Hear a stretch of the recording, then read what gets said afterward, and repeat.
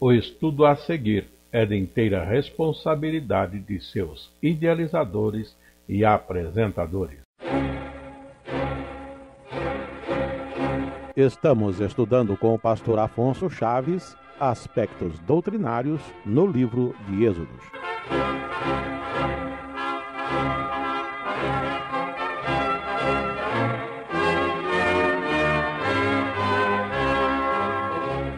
Saúdes, amados irmãos, com a paz do Senhor. Retomamos agora o nosso estudo nas Sagradas Escrituras, o estudo no livro de Êxodo, dentro do propósito de estarmos estudando todo o Pentateuco, considerando não a parte histórica propriamente, mas destacando os pontos doutrinários que dali poderemos estar retirando, observando no dia a dia daquela jornada do povo de Israel. Temos interrompido o nosso estudo no capítulo 31 de Êxodo, lembrando antes, numa breve recordação, que estamos com Moisés diante de Deus, ali no Monte Horebe, fato esse que nós vimos no capítulo 24, do verso 14 até o verso 18, quando Moisés falava com Deus demoradamente, 40 dias e 40 noites. E dentro desse tempo que ali estava Moisés e o povo aguardando a Moisés ao pé do monte, Deus transmitia ao povo por Moisés, depois das ordenações das chamadas 10 palavras e muitos mandamentos outros. Lembrando que as 10 palavras ou os 10 mandamentos são só representativo da multiplicidade dos mandamentos do Senhor, que são muito mais do que 10. Temos Moisés no monte recebendo do Senhor outras orientações muitas mais orientações. Em particular, Moisés recebia as instruções para construir um santuário para a morada de Deus, Deus querendo morar com o seu povo, Deus estar no meio do seu povo ali no deserto. Tudo isso com o povo oferecendo todo o material, toda a sua variedade de forma voluntária, desde ouro e pedras preciosas até tecidos, tintas, peles de animais, enfim, tudo necessário para o santuário de Deus. E ali vimos, considerando que Deus dava a ordem, frisando a Moisés de que deveriam estar construindo tudo aquilo conforme o modelo. Na verdade, o que é feito na terra é simplesmente uma figura, modelo, sombra do que está nos céus. E mais ainda, com seus muitos significados em cada objeto, em cada compartimento. E por fim, concluímos no fato de que ninguém poderia estar fazendo o seu bel prazer na sua ideia. Deus chamou as pessoas certas para fazer a obra, para sair conforme aquilo que Ele queria. Não era conforme a arte, o conhecimento e o gosto de nenhum artífice. Eram as pessoas certas, capacitadas por Deus para fazer da forma certa todos os detalhes, e muitos foram os detalhes, daquilo que Deus queria para a sua casa. E vimos que tudo isso, na verdade, simboliza o nosso ser, que deve ser trabalhado de tal forma para sermos verdadeiramente morada de Deus. Isso também está implícito em todas essas implicações, em todos esses pontos. Chegamos ao capítulo 31, no capítulo 31, verso 18, encerrando um particular de que, ao final de todo aquele tempo, na presença de Deus, Moisés recebe de Deus também as 2 tábuas do testemunho. Está escrito assim: e deu a Moisés, quando acabou de falar com ele no Monte Sinai, as 2 tábuas do testemunho, tábuas de pedra, escritas pelo dedo de Deus. Aí está o particular que Moisés descia agora do monte, encerrado todo o trabalho, tudo que tinha que receber de orientação da parte de Deus, com 2 tábuas de pedras escritas pela mão de Deus. Para aqueles que gostam de objetos, e isso aí seria uma relíquia de alto valor, tanto místico como também, vamos considerar, no aspecto da raridade e do seu significado. Tábuas de pedras da parte de Deus, escrito com a mão de Deus, para o povo de Israel na face da terra.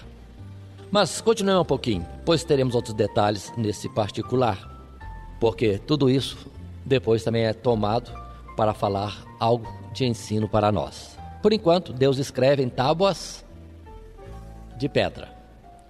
Na sequência, no capítulo 32, enquanto Moisés estava no monte, já perto de descer do monte, embaixo o povo já se inquietava com a ausência de Moisés. Moisés não estava diante dos olhos deles. Deus parece que não fez outros prodígios mais para chamar a atenção deles. Não estavam mais entendendo, vendo ou olhando para o Monte Horebe, onde Deus se manifestara recentemente de uma forma tão poderosa. E o povo diz para Arão, que ficou com o povo embaixo. E a expressão do povo foi isso: levanta-te, faze-nos deuses que vão adiante de nós, porque quanto a este Moisés, a este homem que nos tirou da terra do Egito, não sabemos o que lhe sucedeu. Paremos nessa palavra. Quem é que tirou o povo de Israel da terra do Egito? Foi Moisés? O povo já esqueceu. Não chegou a 2 meses. Já estão esquecidos de que foi Deus, com mão forte, colocando na liderança deles a Moisés. Foi Deus quem tirou-os da terra do Egito. Tanto que no pacto que Deus fez com eles, no capítulo 19, está a expressão: vocês viram como eu vos tirei da terra do Egito, com mão forte, e vos trouxe sobre asas de águia para o deserto. Agora estão atribuindo a Moisés feitos fantásticos, tremendos, atribui-se a um homem que agora também não está ali, para dizer que não foi ele e que foi Deus. Interessante que Arão, verso 2, lhes disse: arrancai os pendentes de ouro que estão nas orelhas de vossas mulheres e de vossos filhos e de vossas filhas, e trazei-mos. Então todo o povo arrancou os pendentes de ouro que estavam nas suas orelhas e os trouxeram a Arão. Continuando a leitura, verso 4. Ele os tomou das suas mãos e formou o ouro com um buril e fez dele um bezerro de fundição. Então disseram: estes são teus deuses, ó Israel, que te tiraram da terra do Egito. Quanta coisa. Acabaram de dizer que era Moisés, e agora se lhes apresenta um bezerro de ouro, objeto inanimado, figura de um ser vivo, que pelo menos o bezerro poderia pastar, poderia estar puxando um arado, podia fazer alguma coisa útil. Colocaram um bezerro que não faz nada e disseram que ali sim estavam os deuses que tiraram o povo de Israel da terra do Egito. Observe bem que confusão é esta. Que confusão. E observe, irmãos, o ardil de que os grandes feitos de Deus, de um Deus verdadeiro, que não é visível, os grandes feitos desse Deus estão sendo atribuídos a um outro ser, imagem, ídolo, escultura, obra de mãos de homens. Observe bem esse fato. Parece que a história é grande, e é grande porque é feita por Deus, mas atribuído a uma entidade diferente. Existe muito isso, irmãos. Ainda hoje, muitas pessoas nas pregações, nos milagres que Deus faz, não olha muitas vezes para Deus que fez, olha para o instrumento. É o perigo do pessoal idolatrar o pregador, aquele que tem um dom de cura, ou que tem o dom da profecia, e não observar que acima disso está Deus, ainda que invisível, mas bem atuante através dos seus instrumentos. Pior ainda quando se atribui a um outro ser como outro Deus, inerte. Interessantes particulares, quero abrir um parênteses, para vocês verem o poder que há neste engano, nesta mentira, que eu vou falar bem claro. A igreja que estava em Roma no tempo de Paulo era a igreja abençoada, poderosa, pentecostal, igreja do Senhor Jesus. Depois, com tudo aquilo que aconteceu, formou uma entidade religiosa, o catolicismo, que chamamos hoje, liderança do governo de Vaticano, que depois passa a perseguir e a matar, como fizeram antes o Império Romano, matar os cristãos também, que não eram católicos, E assim temos que os mártires evangélicos, os mártires que foram assim tornados pela sua morte de testemunho da verdade em Cristo Jesus, tanto pelos católicos como pelo Império Romano, passaram a ser os santos, os mártires do catolicismo, que na verdade nunca fez o correto. O feito era dos homens fiéis a Deus. Depois a história muda, são deles, são católicos, são do Vaticano, quando na verdade foi o Vaticano, o catolicismo, que matou a muitos desses. É um perigo isso, é um perigo, mas acontece. Estejamos atentos a isto. Como hoje ainda existe muitas formas de Deus usar de misericórdia com alguém e as pessoas atribuírem aos ídolos. Não pode. Aqueles que são alvo da sua veneração, não pode. Não são eles, não têm poder. O dom e a dádiva perfeita descem de Deus. Tiago diz, não erreis. Só Ele é a fonte desse bem, ou de qualquer bem. Mas é o perigo. Histórias mudadas durante o tempo. Mas voltemos um pouquinho a Arão. Arão estava como líder do povo na ausência de Moisés. E como líder do povo não estava sendo fiel a Deus. O povo queria um ídolo e ele não argumentou em contrário. Ele não lutou pela verdade. Ele simplesmente concordou com o povo. E diz mais à frente, no verso 5, que o povo alegre e dizendo que aquilo lá eram os deuses deles, que tirou da terra do Egito, o próprio Arão edificou um altar para eles e apregoou festa. Observe no final do verso 5, ao Senhor. Que Senhor? O bezerro de ouro? Aqui está o perigo, irmãos. Aquele que está à frente do povo, da parte de Deus, não tem que concordar com o povo na vontade que o povo tenha. Porque o compromisso e a obrigação daquele que é mensageiro de Deus é entregar a palavra de Deus. E não concordar com o povo, ver o que o povo quer e ir ao encontro do povo na vontade deles. Não. A tendência do povo, observem de cada um de nós, na verdade, é afastar-se de Deus. O coração do homem é inclinado a afastar-se de Deus, pelo que precisa-se sempre de Deus estar atuando diretamente ou através de um líder que está ali empenhado em cumprir a vontade de Deus, para dizer ao povo, não é esta forma de agir, não é aquela, a ordem de Deus é esta, e estabelece e coloca aquilo que verdadeiramente é de Deus. Observem, mais à frente vamos ver em Juízes, o povo por si mesmo é tendente a desviar-se. Precisava Deus levantar um líder, um juiz, que aí colocava o povo no caminho certo. Mas observe, não o povo fazendo o que bem entendia, mas seguindo aquele líder que Deus tinha colocado. Então a função do líder é levar de fato o povo de Deus ao encontro de Deus, e não o líder ir ao encontro do povo na sua vontade, na vontade do povo, de forma nenhuma. Por isso que precisamos saber qual é a boa, perfeita e agradável vontade de Deus a nosso respeito. Não é a nossa vontade, é a dele. E Arão falhou nisto. Mas observe que hoje nós temos as religiões mudando muito. E o povo, de um modo geral, cristão ou evangélico, fazendo a separação dos protestantes, observem bem, eles estão procurando qual é o líder que tem palavras e procedimentos e ensinamentos e exigências com as quais eles estejam de acordo. Isso não é fazer a vontade de Deus. Por isso que Jesus disse, se alguém quer seguir-me, negue-se a si mesmo. Se for para nós fazermos nossa vontade, procurar onde é que a gente se acomoda melhor, nós não iremos para o céu. Porque por Jesus é pedido, não só negar a si mesmo, mas também levar a cruz. É bem distinto, irmãos, precisamos entender esse particular. E observe que Arão deu esse título, façamos festa ao Senhor. Que Senhor é esse? Eu estou perguntando, que Senhor é esse? Observe, muda o nome também. É Senhor, é Deus. Só que não é o Deus invisível e poderoso que estremeceu todo o Sinai. Não, é o Deus ali inerte, parado. Brilhava porque tinha sol. Brilhava porque era feito de ouro. Mas se pagar o sol, tirar a luz, nem luz tem.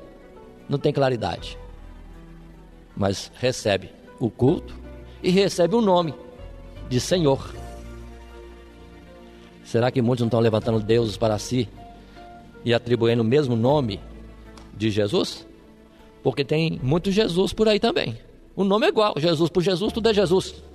Mas na verdade, observem bem, o Jesus que é Jesus, o verdadeiro, é aquele da cruz do Calvário. Conforme Filipenses diz, não ter por usurpação ser igual a Deus, mas aniquilou-se e foi obediente até a morte de cruz. Qual é o Jesus que nós estamos servindo?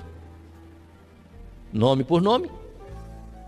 Na religião que eu professava antigamente, tinha um Jesus. O Jesus mais cultuado era o que era menino.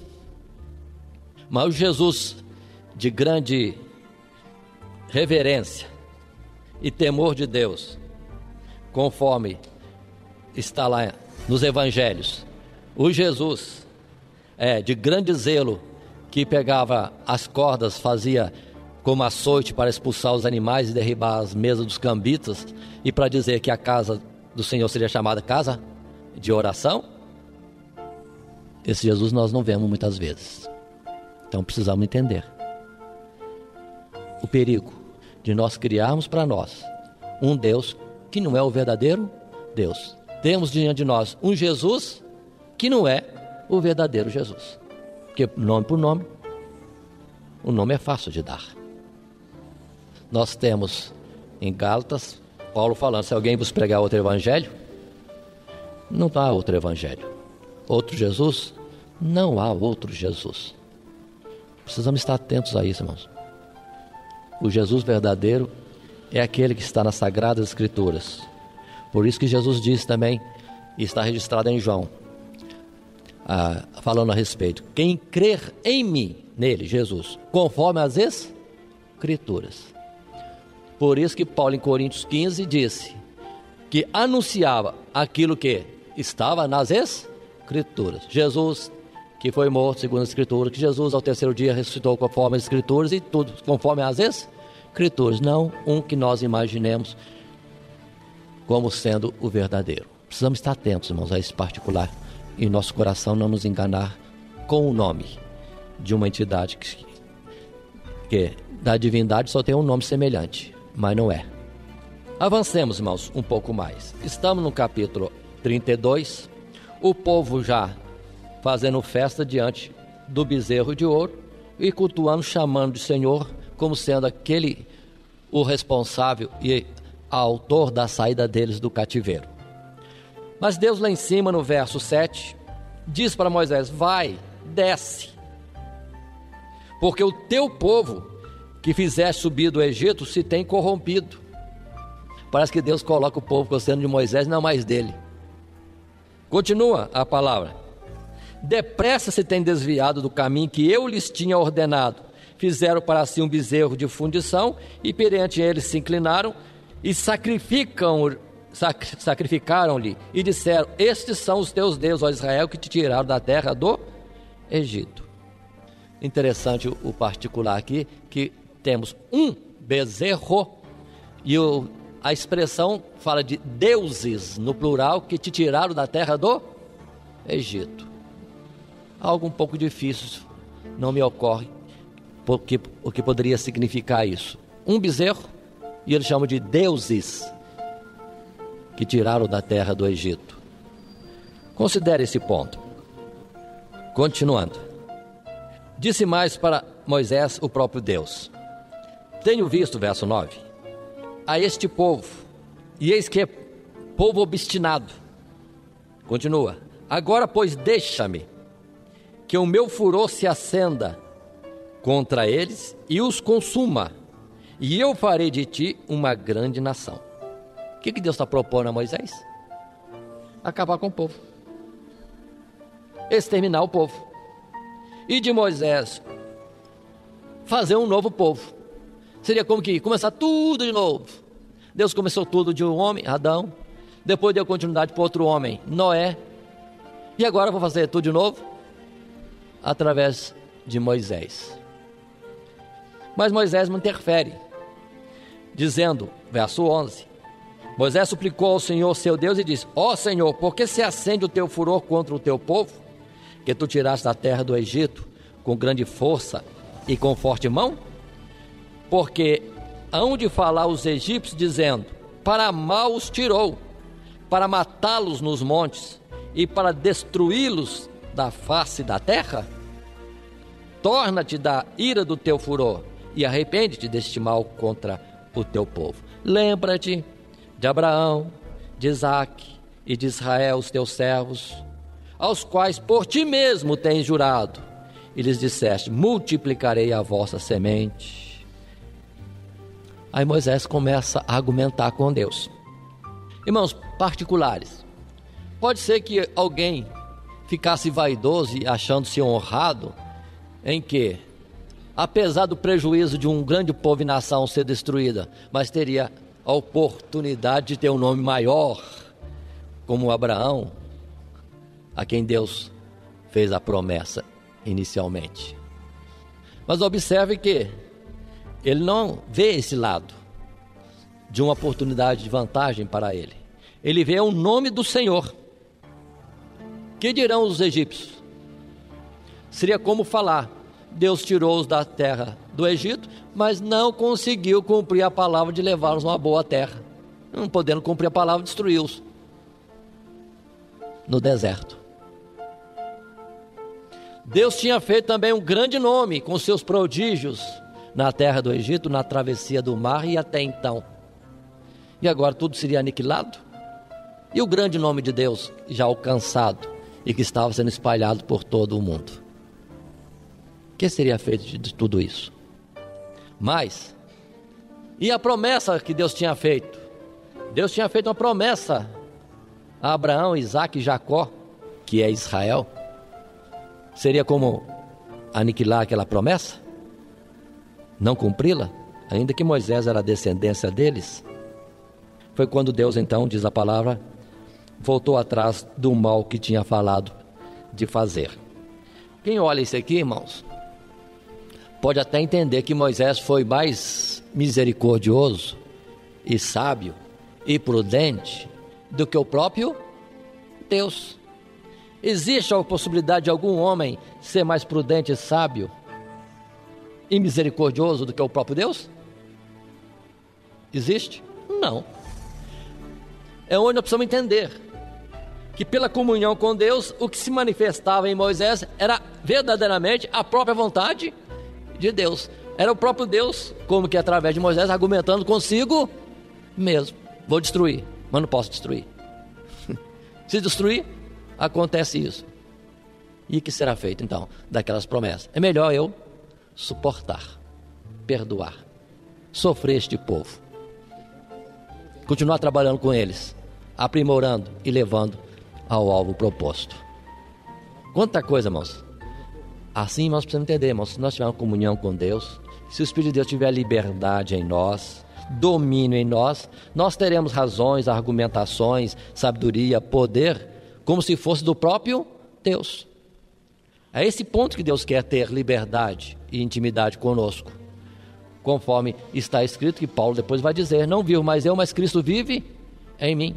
Outra expressão de Paulo, não propriamente a seu respeito, mas de todos nós, que Deus na verdade quer em nós continuar a sua própria obra, onde nós somos instrumentos na mão de um Deus todo-poderoso. Se verdadeiramente nos cedermos a Ele, nos dermos a Ele, e Ele ter liberdade em nós de atuar pelo nosso consentimento, total submissão. A verdade é essa: quem tem o Espírito de Deus e deixa-se guiar por esse Espírito de Deus, ele vai ter palavras como de Moisés. Por isso que Jesus chegou a dizer que os discípulos fariam maiores obras do que ele. Mas não creio que alguém tenha poder fazer mais obra do que Jesus fez, nenhuma delas. Porque qualquer um em quem se manifeste o poder de Deus, não será a pessoa, será o poder de Deus nele. Isso que precisamos entender. Não é o homem fazendo, é Deus através do homem. Em outro tempo, em outra geração, poderiam haver obras maiores, sim. Mas é Deus através de nós, irmãos, de qualquer um de nós, se tão somente dermos lugar ao seu Espírito. Ele querendo fazer, ele faz. Ele querendo abrir um mar vermelho outra vez, através de qualquer um dos irmãos ou irmãs, ele fará isso. Se ele quiser, e nós demos lugar. Ou então ele fará outra coisa de maior repercussão que só ele mesmo poderá entender. Que nós somos tendentes a achar grande aquilo que os olhos veem, e há coisas grandes que às vezes nós não vemos, porque a sua implicação é para pôr gerações à frente, ou então é em ordem espiritual nos lugares celestiais. Continuemos mais um pouco. Estamos em Êxodo capítulo 32. Mas a sequência dos fatos é que Moisés, descendo agora do monte com as tábuas da lei, ele vem, observa, conforme já dissemos, com Josué. Josué não estava com o povo, Josué não ficou no pé do monte, Josué subiu com Moisés. E agora Josué desce com Moisés. Pouca gente considera isso, que Josué, sem ter nome e como que, assim, de forma reservada, esteve o tempo todo com Moisés. Que particular é esse que existe? Mas continuemos. Descendo os dois do monte, Moisés, vendo aquele quadro triste do povo adorando ao bezerro de ouro, ele joga de suas mãos as tábuas escritas pela mão de Deus. Está no verso 19. E aconteceu que, chegando ele, Moisés, ao arraial, e vendo o bezerro e as danças, acendeu-se o furor de Moisés e arremessou as tábuas das suas mãos e quebrou-as ao pé do monte. Ai, que profanação! Será que alguém vai dizer isso? Quebrou aquele talismã, aquela relíquia, pedras lavradas por Deus, escritas pela mão de Deus, ele quebrou. Será que alguém vai pensar assim? Dando valor à tábua de pedra, quando que o importante era um mandamento? Na verdade, Moisés quebrou a tábua com a lei escrita pela mão de Deus, porque antes disso o povo já tinha quebrado o concerto, a aliança com Deus. A tábua era só a resposta à aliança de Deus com o povo e o povo com Deus. O povo quebrou. O que vai servir essas tábuas? Ainda que feitas por Deus e escritas pela mão de Deus, não vale mais nada. Moisés lançou tudo fora. Quem na verdade quebrou o que não podia ser quebrado é o povo. Quebrou a aliança com Deus ao colocar aquele bezerro de ouro. O verso 20 do capítulo 32, vemos Moisés destruindo o bezerro de ouro, transformando tudo aquilo em pó, desfazendo totalmente aquele ídolo. Que poder tinha aquilo? Moisés com suas mãos quebra tudo. Observem no verso 21 que Moisés cobra de Arão: que te tem feito este povo, que sobre ele trouxeste tamanho pecado? Nessa expressão parece que Moisés já entendeu tudo. O povo apertou e Arão não teve resistência. O povo constrangiu a Arão fazer aquilo. Que te tem feito este povo, que sobre ele trouxeste tamanho pecado? Resposta de Arão no verso 22. Não se acenda a ira de meu senhor Moisés. Tu sabes que este povo é inclinado ao mal. E eles me disseram: faze-nos deuses que venham adiante de nós, porque não sabemos o que sucedeu a este Moisés, a este homem que nos tirou da terra do Egito. Então eu lhes disse: quem tem ouro, arranque-o. E deram-mo. Lancei no fogo e saiu este bezerro. Que explicação mais frágil, né, irmãos? Mas observe, a ideia de que o povo é pecador mesmo, deixa ele pecar. Irmãos, quem ama, luta para desviar do erro, da cova, da morte, aquele que está indo para estes lugares. Arão não tinha ainda aprendido a amar o povo e a lutar por este povo, fazendo ir pelo caminho da vontade de Deus, que é a vida. Bom, a sequência no capítulo 32 nos mostra uma ordem difícil de entender, mas existente, em que Moisés disse ao povo: quem é por mim? Quem é por Deus? E se ajuntou a ele um grupo dos filhos de Levi, e ele deu uma ordem expressa: tomem a espada e matem todos aqueles que vocês sabem que esteve adorando o bezerro de ouro. Companheiro, colega, amigo, parente, mate. O que seria isto? Quero observar um ponto. Há muitos que amam o parente, o amigo ou um colega muito mais do que a Deus.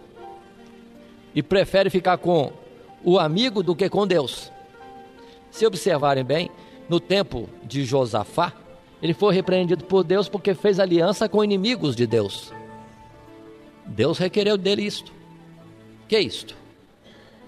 Ser amigo dos meus inimigos. E agora, um fato de juízo. Quem vai fazer juízo verdadeiro por Deus, pela causa de Deus? Que faça? Não respeitando a aparência, ou tendo aquele respeito humano de não é meu parente, não é um amigo, não é um colega, não é um conhecido. Não. Foi preciso fazer o juízo de Deus por Deus. Isso está no verso 27, quando diz Moisés assim: assim diz o Senhor, Deus de Israel: cada um põe a sua espada sobre a sua coxa e passai e tornai pelo arraial, de porta em porta, e mate cada um a seu irmão, e cada um ao seu amigo, e cada um a seu próximo.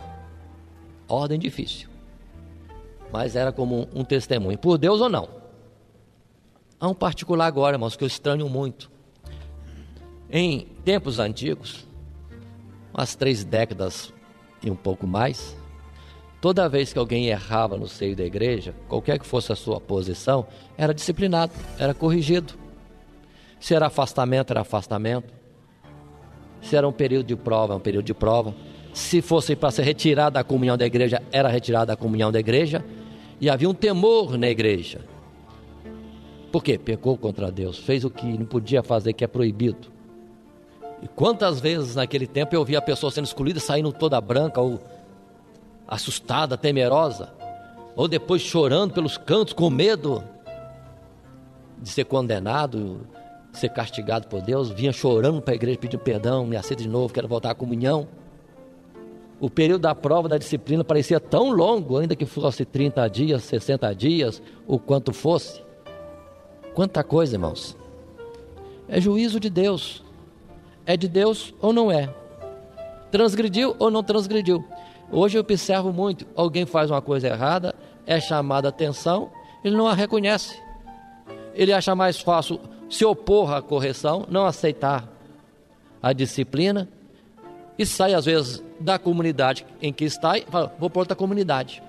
Se aqui não me querem, vão me excluir, acho que eu fiz errado, que eu pequei, que não segui o mandamento de Deus, eu vou para aquela outra lá, ó. Lá me aceita. E o pior é que às vezes a outra comunidade diz: não, vem para cá mesmo, aí é falta de amor.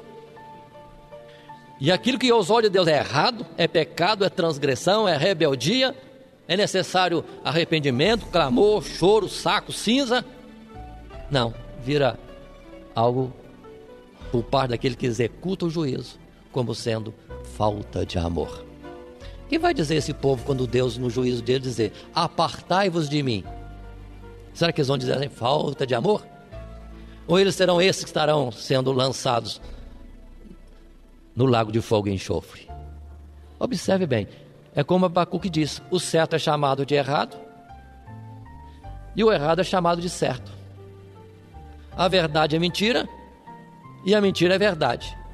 O que é nojento aos olhos de Deus é algo aceitável, comum, hoje em especial com homossexualismo, prostituição, casamento desfeito, adultério, tanta bagunça é comum.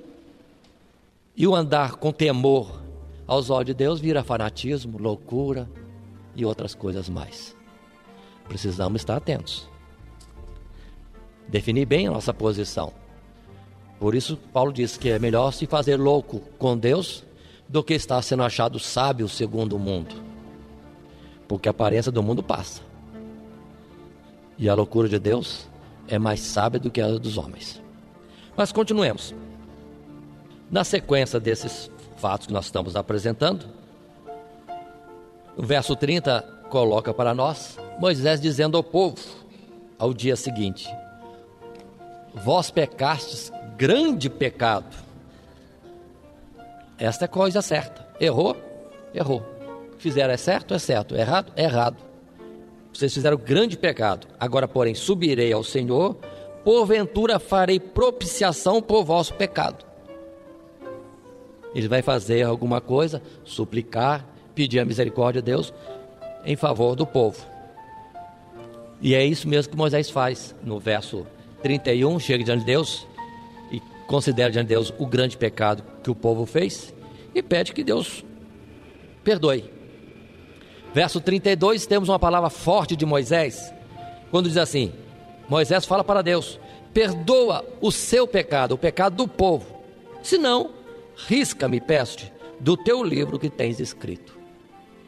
Moisés se colocando para a morte, para a rejeição, em favor de um povo transgressor. Na verdade, Jesus fez algo assim, né, irmãos? Se fez maldição pelo povo que era maldito. Se deixou moer, né? E quem o visse diria moído de Deus e oprimido, mas ele foi moído pelas nossas transgressões do pecado,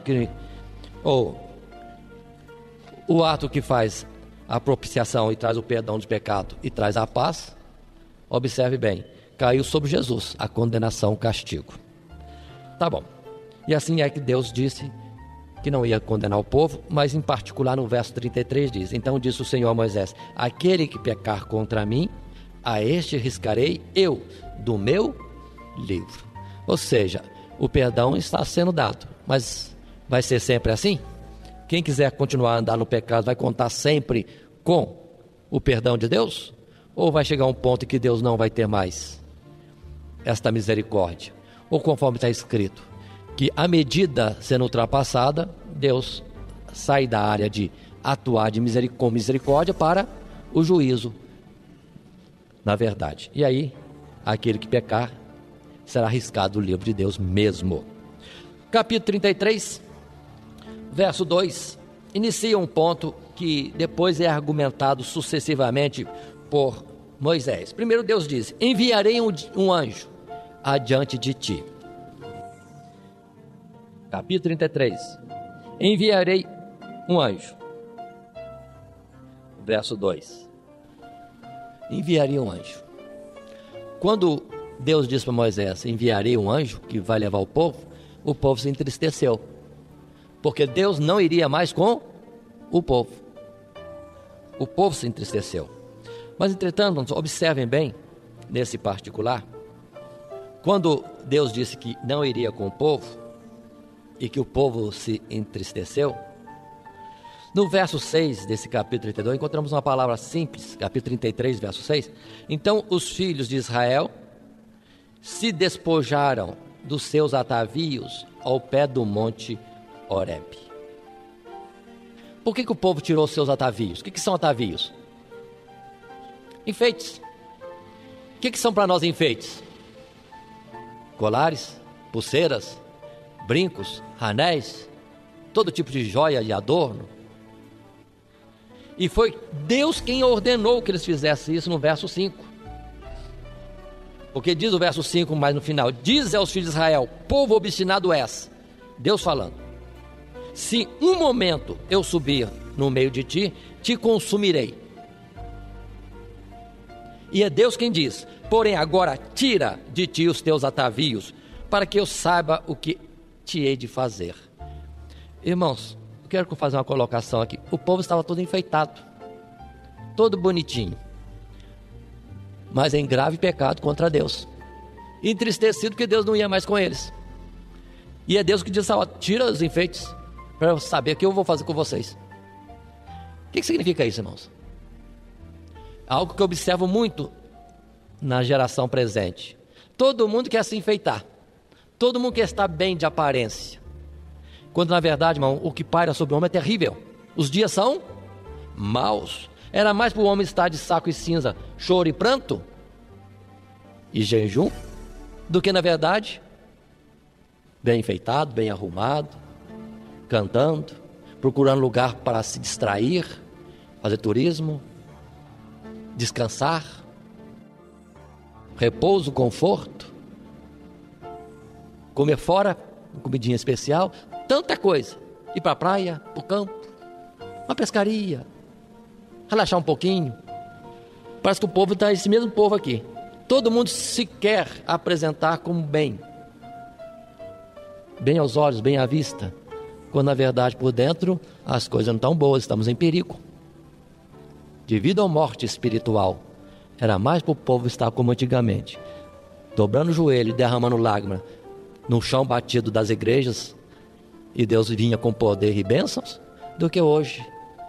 Lugar mais confortável, alguns lugares com tapetes ou carpetes grandes, tudo bonito. Mas Deus às vezes não quer estar no meio do povo. Precisamos voltar ao Monte Horebe e tirar a sandália do pé, porque o lugar que pisamos é santo. Observe bem essas considerações, irmãos. Todas no capítulo 32, 33, coisas simples, mas mostram para nós uma realidade. Que às vezes estamos nos aprovando, procurando o nosso bem-estar, quando na verdade é para estar mesmo chorando, com pranto e clamor diante de Deus.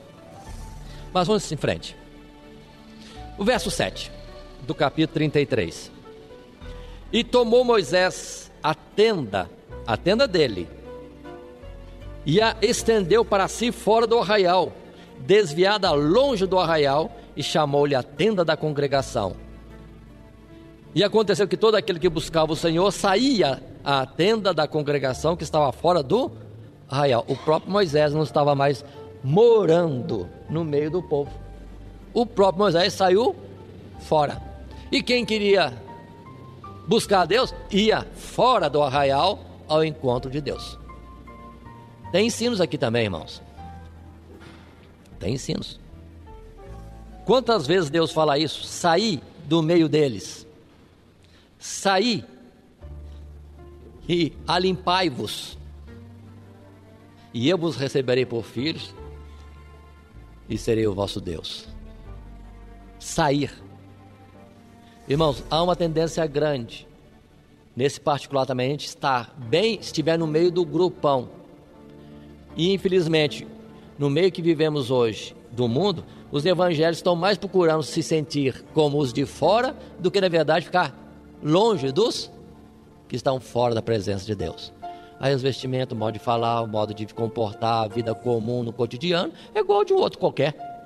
Está todo mundo gostando de morar na cidade dos pecadores, e ninguém está se separando como Moisés, de um povo que ainda tem nome de povo de Deus, mas não está bem com Deus. Deus não quer estar com eles, obstinados.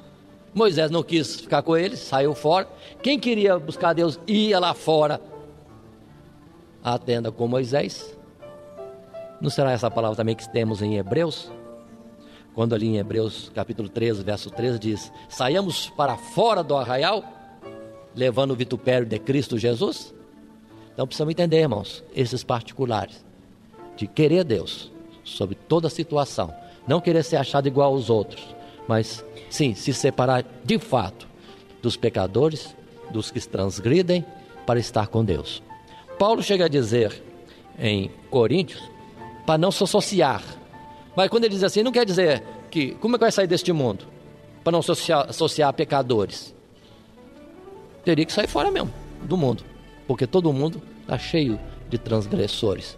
Mas Paulo diz, no sentido de que se afastar daqueles que, dizendo-se irmãos, são, na verdade, pecadores nas muitas formas de pecados. No outro lugar diz, sai do meio deles, para que não seja atribuído a nós o pecado deles. É uma forma também de estar como que não concordando, rejeitando, reprovando as ações e os comportamentos errados, e tomando uma decisão e uma posição diferente, separada deles. Isso fisicamente, irmãos, é difícil. Moraremos ao lado de alguém, trabalharemos ao lado de alguém que não é de Cristo, que não é da verdade, ou até de um falso irmão.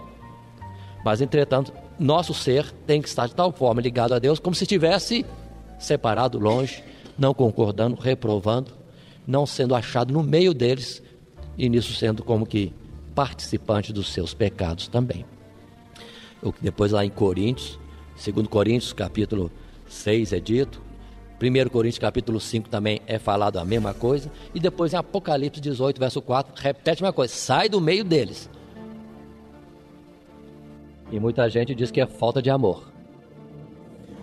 O amor verdadeiro, irmãos, é aquele do que corrige.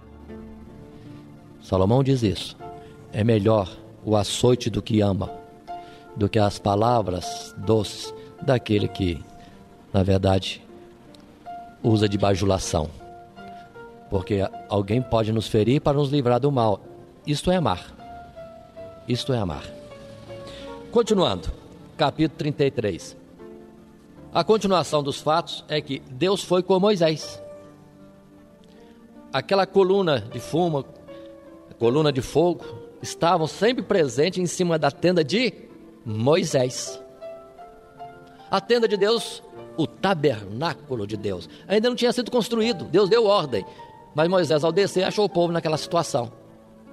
Mas Deus tomou a casa de Moisés como sendo a sua casa. Observe bem, irmãos, assim nós também precisamos ser.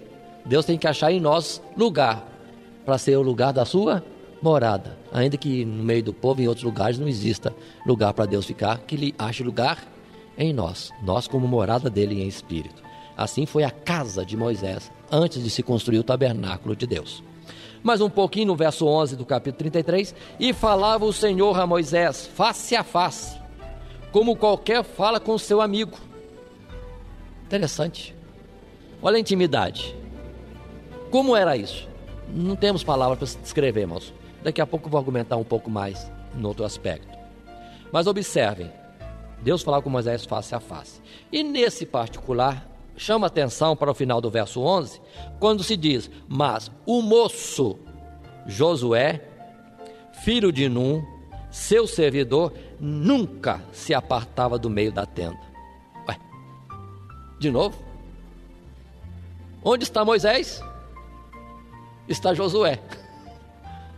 Aqui é chamado Josué como moço, mas Josué não era moço, mancebo novo não. Ele tinha lá seus 40 e alguma coisa, mas estava ali com Moisés. Moisés subia no monte, ele estava junto. Descia do monte, ele estava junto. Ia para a tenda, ele estava no meio da tenda e não se apartava. E nesse meio tempo todo, Deus falava com Moisés. Como que era a presença de Deus com Moisés? Sabe que Josué via? Na verdade, irmãos, isso não acontece. De ser uma vista de Deus na inteireza do poder de Deus. Tanto que no capítulo 33, logo em seguida, nós temos Moisés argumentando com Deus duas coisas. Verso 12. Quando Moisés diz ao Senhor, eis que tu me dizes, faz subir a este povo, porém não me fazes saber a quem has de enviar comigo. E tu disseste, conheço-te por teu nome, também achaste graça aos meus olhos. Então Moisés pede, então disse-lhe, se a tua presença não for conosco, não nos faça subir daqui. Observe esse ponto, irmãos. Agora voltando e puxando a palavra que deixamos lá atrás. Deus falou com Moisés e ia mandar um anjo. E agora vemos Moisés dizendo para Deus, se o Senhor não for conosco, não nos mande ir. E às vezes a gente canta tanto por aí, né, irmãos? Senhor, põe um anjo aqui, Senhor, põe um anjo ali, Senhor, manda um anjo aqui, para mim está tudo bem. Mas observe, irmãos, a forma correta de agir com Deus. Anjo não, Senhor, é o Senhor mesmo. Qualquer um descansa com alguém junto de nós, não entendendo a nobreza, a grandeza e a possibilidade real e bem possível, bem perto de nós, de Deus estar conosco em toda a nossa caminhada. Na verdade, nós devemos caminhar a caminhada de Deus, não a nossa caminhada e Deus ir conosco. Tem outros que mudam também esse aspecto. Onde está o servo do Senhor, está o Senhor. Errado. É onde está o Senhor, aí está o seu servo. Agora entendamos o caso de Josué. Ele era servo de Moisés. Onde Moisés ia, não quer saber, estou ali. E não se apartava de perto de Moisés. Alguém poderia dizer guarda-costa? Moisés não precisava de um guarda-costa, mas de um assistente, de um servil, escravo, um ajudante. Para isso ele estava o tempo todo ali. E em todo o tempo, lembremos, ele era como Eliseu diante de Elias. Qual era o grande feito de Eliseu? Para todo mundo achar que em Eliseu tinha alguma coisa especial. Ele é aquele que derramava água nas mãos de Elias. Mas só isso? Não. Ele servia a um servo de Deus. Ele estava perto. Quanta nobreza, irmãos, em servir aquele que serve a Deus. Isso aí pode ser espalhado grandemente em todo o sentimento daqueles que lideram as igrejas, daqueles que lideram os conjuntos, daqueles que têm um propósito com Deus. Que bom estarmos juntos, né? Alegrei-me quando me disseram, vamos à casa do Senhor. Vamos junto.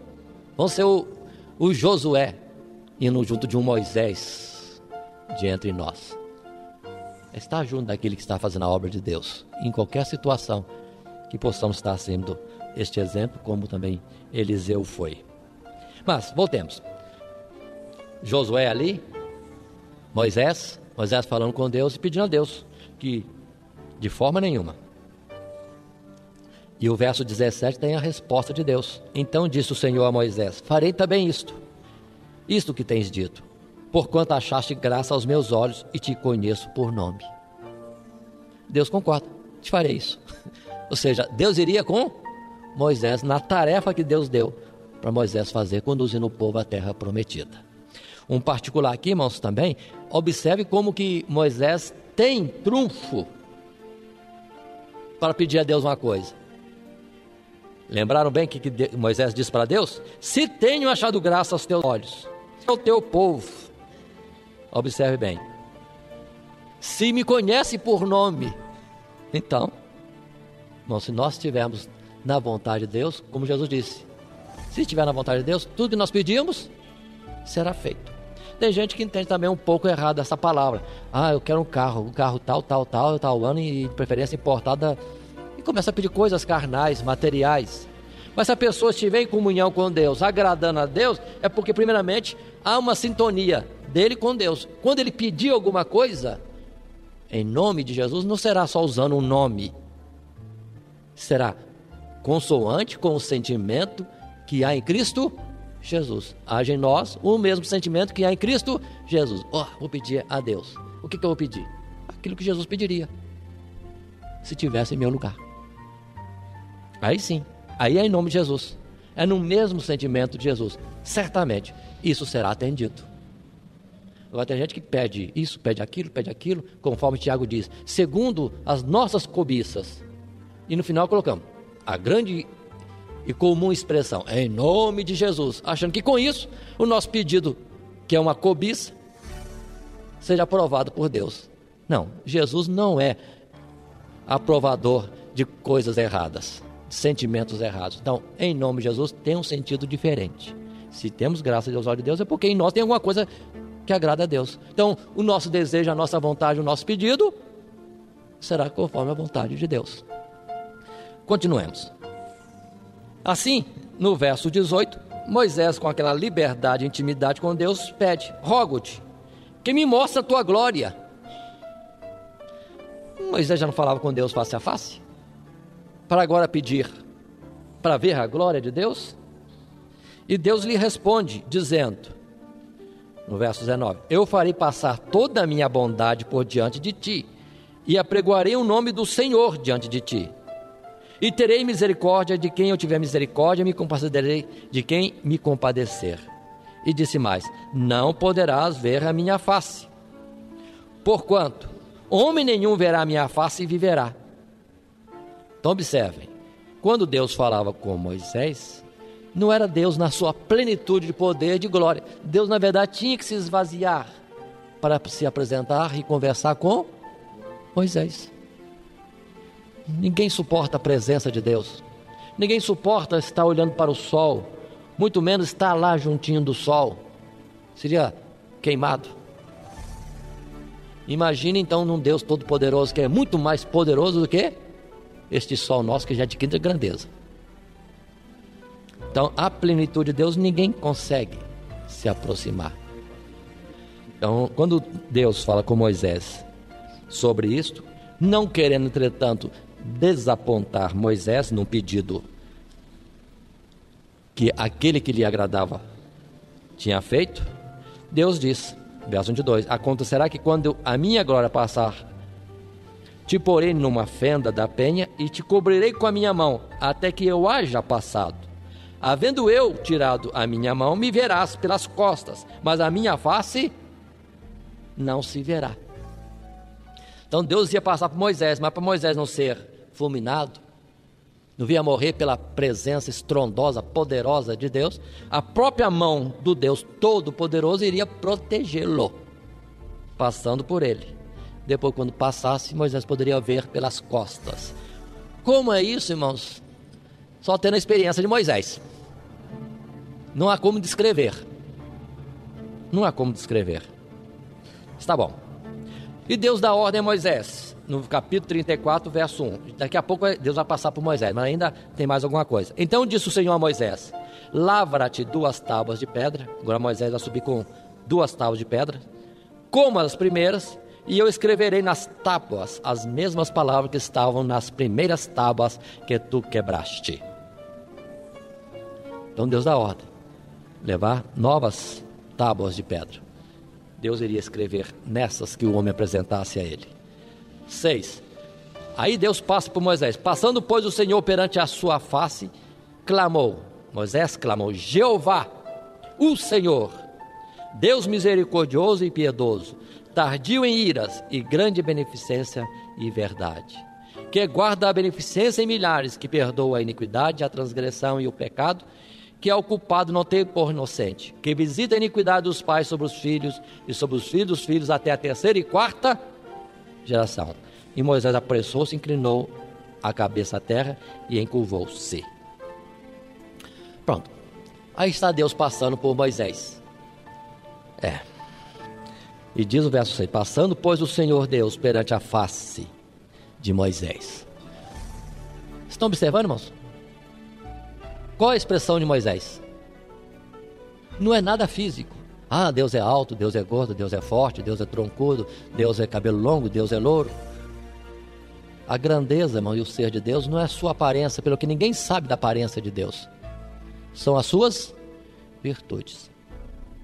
Quando se diz que Deus criou o homem à sua imagem e semelhança, não no aspecto físico, não é isso que importa. É o ser interior. O que o homem tem que seja conforme a semelhança de Deus? São as virtudes: sabedoria, santidade, conhecimento. E aí vão todas as demais virtudes.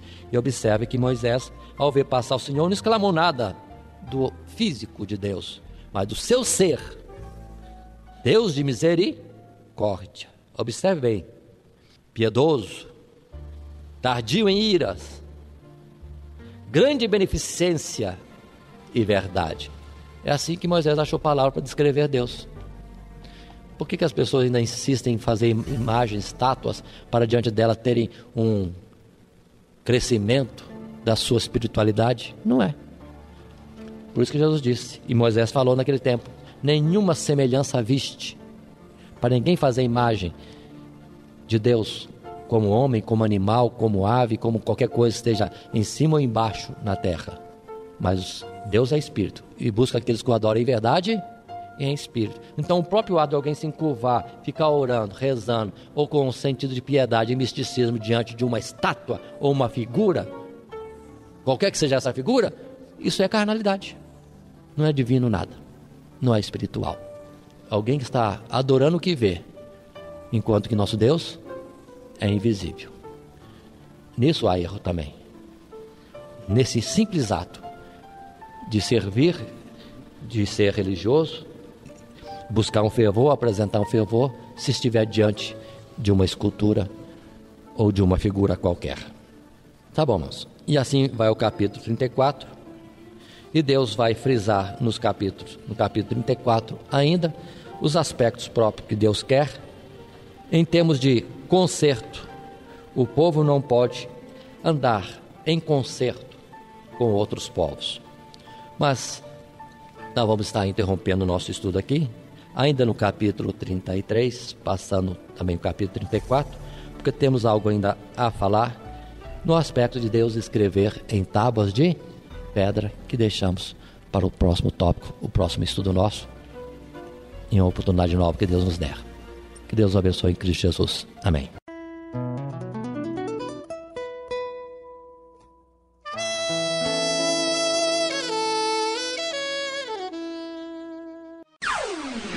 Todo dia, toda hora, muito mais prazer em ouvir. Radionete Grata Nova. Web Rádio, a qualidade que faz a diferença, cada vez mais necessária. Rede Grata Nova de Evangelização. Acesse nosso site www.horadadecisão.com.br. Hora da Decisão, tudo junto, sem acento.